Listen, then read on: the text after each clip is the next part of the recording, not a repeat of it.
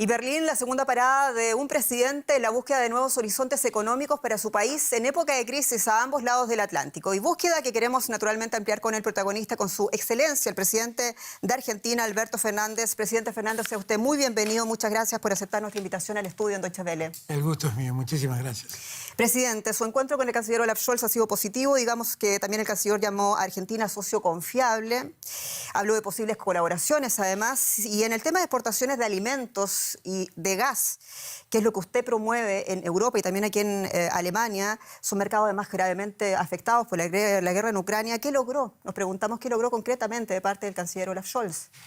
Yo vine a Europa con dos objetivos centrales. Uno, decir que efectivamente la Argentina está en una condición de privilegio para poder ofrecer alimentos y para poder ofrecer energía.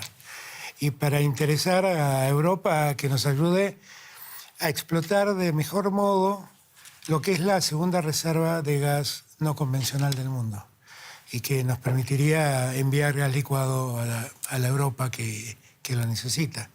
Amén de la producción de alimentos, que eso es algo que crece en Argentina y que nos va bien, somos un país agrícola por excelencia. Pero también le planteé mi preocupación por la guerra, porque la guerra está afectando a los países de nuestro continente de modo muy severo. Y por eso usted también, propone vender más granos, también el gasoducto, gas no convencional, pero nos preguntamos cómo lo va a realizar, cómo lo va a lograr, porque hay una sequía en Argentina que ha castigado, por ejemplo, al maíz ampliamente, y también ese gasoducto del que usted habla es un proyecto que necesita tiempo y necesita también inversiones, como usted mismo dice. El gasoducto para hacer gas licuado tiene varios emprendimientos privados que están necesitando financiamiento. Y yo creo que vamos a poder tener en el término de los próximos 3 años, 4 plantas como para empezar a exportar al mundo gas licuado. El tema de la producción agrícola, la verdad que nos va muy bien, tenemos récord de producción. Hemos tenido problemas de sequía. La sequía ha afectado a algunos cultivos como el maíz, pero no ha afectado ni a la soja ni al trigo, que es nuestra mayor producción y nuestra mayor cantidad de ventas. Y con este trato directo que usted pretende con la Unión Europea y con Alemania, ¿no podría hacerse un bypass, como temen algunos, al tema de Mercosur? No. Nosotros queremos también que el Mercosur tenga un vínculo definitivo con Europa. Yo definitivamente me declaro un argentino europeísta. Yo creo que América Latina tiene que tener un vínculo muchísimo mayor con Europa. Y que inclusive si nosotros pudiéramos tejer un eje entre Europa y América Latina, se achicaría mucho el riesgo de que el mundo vuelva a ser un mundo bipolar ahora entre Estados Unidos y China, que son países en disputa. ¿Mejor con Europa que con China, presidente? Sí, porque China es una gran potencia, pero que no tiene lazos culturales fuertes con América Latina, no tiene historia con América Latina. Es un país que invierte, y es bienvenido, invierte fundamentalmente en infraestructura, pero la verdad es que Europa hace siglos que está en América Latina. Nosotros tenemos en Argentina empresas que llevan más de 100 años radicadas y que son europeas, empresas automotrices, empresas de todo tipo. Y por eso creo que ese vínculo cultural que tenemos definitivamente debe favorecer y facilitar el ingreso de Europa a América Latina. Presidente, hablando de los pactos económicos, usted dijo en una entrevista en Madrid que España es la entrada a Europa y sigue pensando, le pregunto yo, que Argentina es la puerta de entrada de Rusia a América Latina, como lo dijo ante el presidente Vladimir Putin cuando usted lo visitó en febrero pasado, en Moscú. ¿Ha cambiado usted de opinión con la guerra?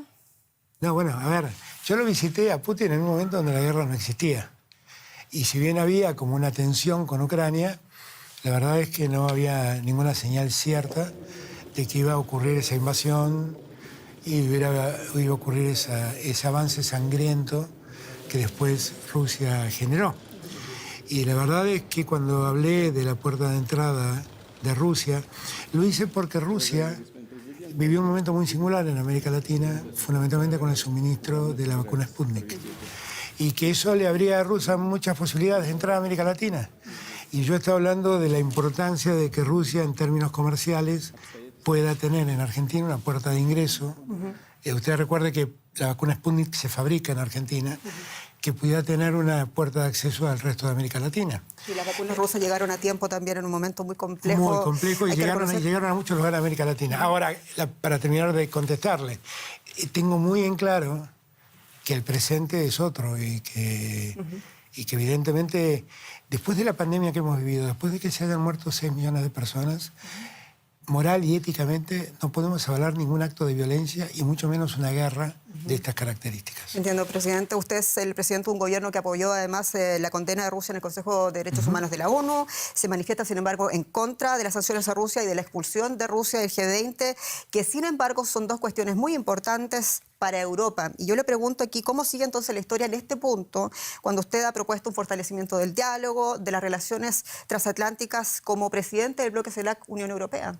Es que yo creo que no tiene que ver una cosa con la otra. Yo lo que planteo es que las sanciones económicas a Rusia repercuten negativamente en todo el mundo. No es que las padece Rusia. Sí, Rusia las padece, pero las padece todo el mundo. Cuando se lo sanciona a Rusia, hay un sinfín de petróleo, de gas, de trigo que deja de llegar al resto del mundo.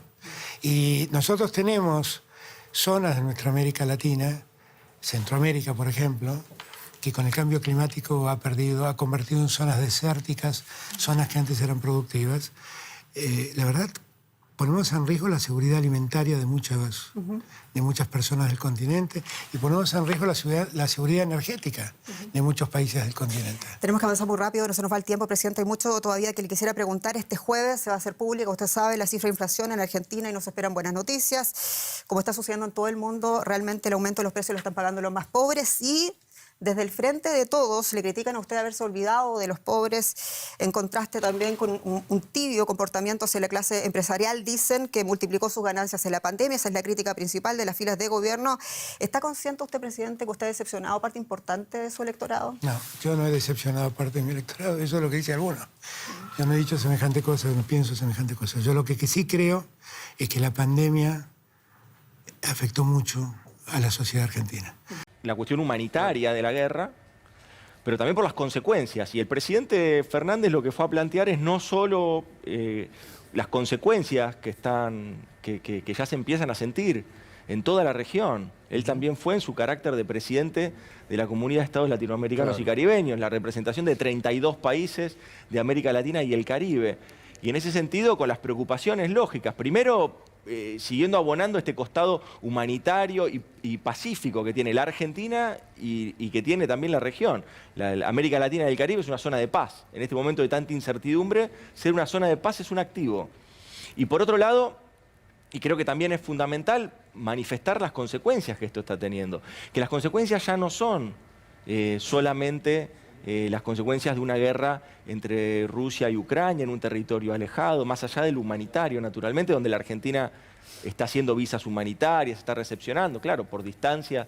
La Argentina no recibe tantos flujos de refugiados, pero es cierto que Argentina y América Latina se ha abierto. Argentina es el país que más donaciones de alimentos ha hecho de la región a Ucrania. Es decir, la Argentina tiene un compromiso muy grande, la región tiene un compromiso muy grande, pero también tenemos que alertar de que este conflicto, de que esta guerra, de la invasión rusa sobre Ucrania, tiene consecuencias en el resto del mundo y tiene consecuencias en América Latina. ¿Con qué? Ahora, también con el aumento de precios de la energía, aumento de precios de los alimentos. Y eso puede traer inseguridad alimentaria en nuestra región. Bueno, se está advirtiendo. Pero digo, también, aunque cueste decirlo, abre posibilidades a la Argentina, que debe ser, porque digo, en este momento la Argentina está exportando, crecen las exportaciones, hay posibilidad de ampliar, en un momento también que se necesitan mucho las divisas, ¿no? Y incluso hubo anuncios muy importantes de inversiones para próximamente en la Argentina, ¿no? Para nuestro país, Gustavo, es ser un exportador estable y seguro de alimentos y de energía, sobre todo de energía, puede ser un vector de desarrollo, de exportación y de crecimiento muy importante para nuestra economía. Lo que el presidente planteó también allí es lo que está sucediendo en Vaca Muerta. Comunicó que prohibió terminantemente las exportaciones de trigo.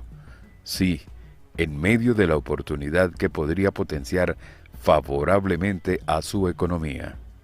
¿Qué sucedió? Vayamos desde el inicio.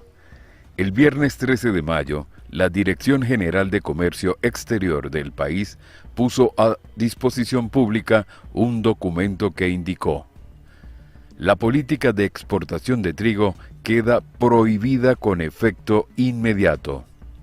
El organismo explicó que la decisión fue de las bancas más altas de la gestión gubernamental. Según lo descrito allí, el motivo recae en que el precio del trigo aumentó consecuencia del conflicto de una manera muy veloz.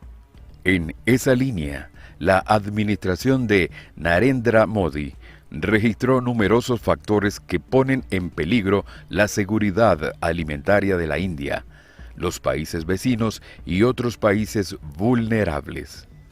¿Alguien podrá proveerse entonces de esta materia prima o no? En respuesta a ello, RT detalló que la institución aclaró que se permitirán los envíos de exportación amparados por cartas de crédito irrevocables, emitidas antes o el día de la notificación. Pero además, las exportaciones también se permitirán a base de permisos concedidos por el gobierno a otros países para satisfacer sus necesidades de seguridad alimentaria y sus solicitudes al respecto.